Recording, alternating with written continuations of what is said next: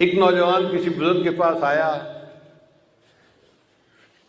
حضرت آپ فرماتے ہیں کہ غیر محرم سے نظر کو بچاؤ، اور میں کیا کروں، جوان العمر ہوں، میرے اندر جذبات کا اتنا غلبہ ہے کہ بازار سے گزرتے ہوئے غیر محرم پہ نظر پڑ ہی جاتی ہے، آپ مجھے کوئی طریقہ بتائیے کہ میں اپنی نظر کی حفاظت کیسے کروں۔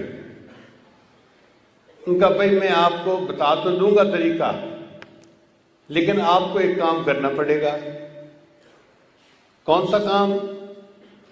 کہ یہ پیالہ دودھ کا ہے، اس کو بازار کے دوسرے کنارے پر پیالے میں سے ایک قطرہ بھی دودھ کا گر گیا تو میں تمہارے ساتھ بھیجوں گا، وہ اسی جگہ بھرے بازار میں تمہیں جوتے لگائے گا۔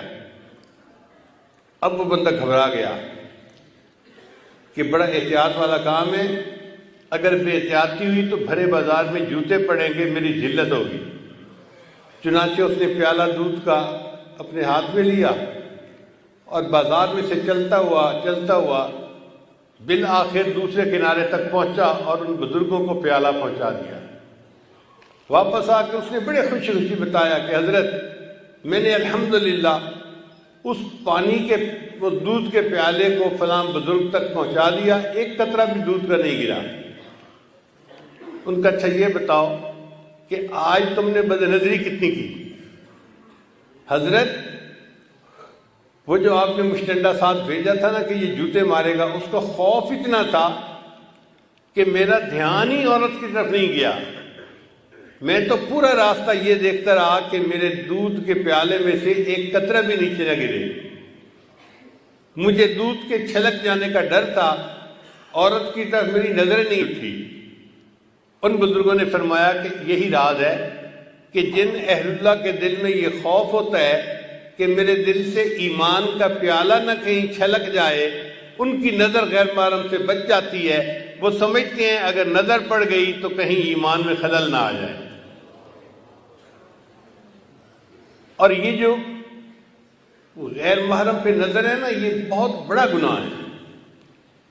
ایک مرتبہ میں نے اپنے حضرت مرشد عالم رحمۃ اللہ سے مسئلہ پوچھا، میں نے کہا حضرت میری عمر بھی چھوٹی ہے اور میرا علم بھی تھوڑا ہے، مجھے کچھ باتیں سمجھ میں نہیں آتی، اگر آپ اجازت دیں تو میں آپ سے بات پوچھ لیا کروں۔ تو حضرت مسکرائے، فرمانے لگے ہاں پوچھو۔ میں نے کہا کہ حضرت میں نے ابن جوزی رحمۃ اللہ کی کتاب پڑھی ہے تلبیس ابلیس،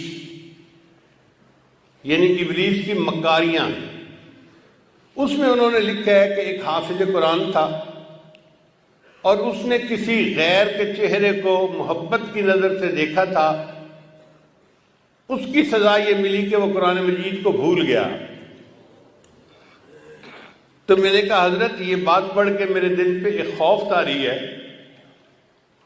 اس بندے نے قرآن مجید کو حفظ کرنے میں کتنی محنت کی ہوگی، اور ایک نظر کی وجہ سے اللہ نے اس کو اتنی بڑی نعمت سے محروم کر دیا۔ حضرت سمجھنے لگے ہاں بچہ، یہ اللہ کی غیرت کا معاملہ ہے۔